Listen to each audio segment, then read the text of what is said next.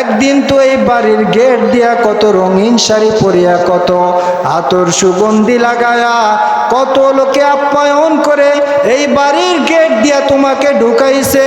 কখনো কি চিন্তা করছো তোমার দাদিও একদিন এই বাড়ির গেট দিয়ে এইভাবে আসছে, তোমার মাও একদিন এই বাড়ির গেট দিয়ে এইভাবে নতুন সাজে আসছে, আবার কিন্তু সাদা কাপড়ের প্যাকেট বানায়া এই বাড়ির গেট দিয়া কিন্তু আবার বের করিয়া নিয়ে গেছে।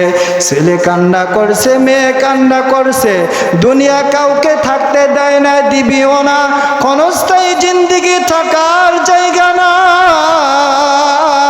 কেউ এই দুনিয়ায় থাকতে পারে নাই। যেই মা আমাকে কষ্ট করে লালন পালন করছে, পড়াশোনা করাইছে, সন্তানের প্রতি এত খেয়াল রাখছে, আমার মাও দুনিয়ার জমিন থেকে বিদায় নিয়ে চলে গেছে। এই জন্য মা বোনেরা আমার, আর দুনিয়ার মায়ায় পড়িও না, সিরিয়ালের মায়ায় পড়িও না, টিভির পিছনে গুনার পিছনে আর ছুটিও না, বেপরদায় আর চলিও না।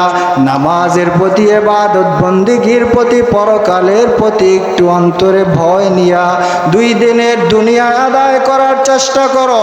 একটু কবরের চিন্তা করো, কিভাবে কবরে যাইবা একটু চিন্তা করতে থাকো রে মা। ও মুসলমান ইমানদার আল্লাহর গোলাম, বলছিলাম আল্লাহ আমাদেরকে বানাইছে ইবাদতের জন্য। নামাজ রোজা কম বেশি যেইটাই ইবাদত করব, এই ইবাদত মালিকের দরবারে কবুল হওয়া দরকার আছে কিনা বলেন? ইবাদত কবুল হওয়ার জন্য 2টা শর্ত।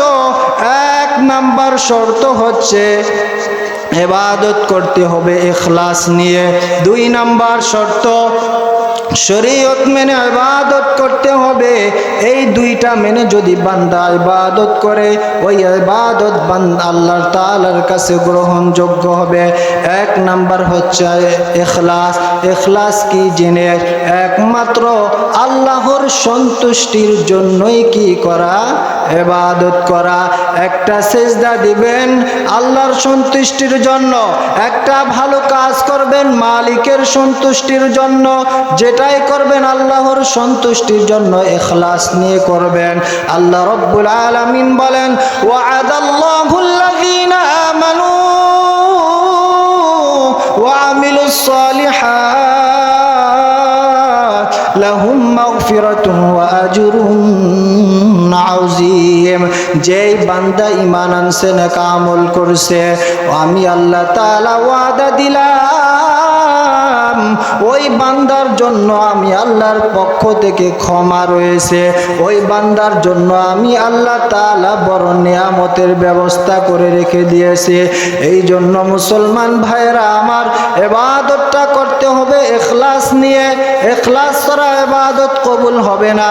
আপনি মনে খুব ইখলাস আছে, খুব ইখলাস নিয়ে ইবাদতের নামাজে দাঁড়াইলেন, এবার শর্ত হচ্ছে ইখলাস নিয়ে দাঁড়াইছেন।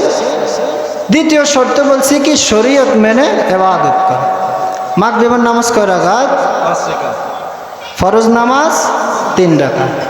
এখন আপনি চিন্তা করলেন নামাজ পড়লেই তো সওয়াব, নামাজ পড়লেই তো সওয়াব, তো আজকে 5 রাকাত পড়ব, আজকে 5 রাকাত, নামাজ কবুল হবে? হবে না। কেন? বলে শরীয়ত অনুসরণ করেন। যাকাত দিবেন, যাকাত তো একটা দেওয়ার খাদ আছে, এমুক জায়গায় দেয়া যাইব, অমুক জায়গায় দেওয়া যাইব, মানে খুব ইখলাস যাকাত দিব। হ্যাঁ, এবার চিন্তা করছেন যে মসজিদটা তো ভাঙ্গা, যাকাতে টিয়ে দিয়ে মসজিদটা করে দে, যাকাত আদায় হইব? যাকাত আদায় হবে। যাকাত হক কাদের? এটা গরিব, দুঃখী, অসহায়। এই জন্য অবশ্যই শরীয়ত মানতে হবে।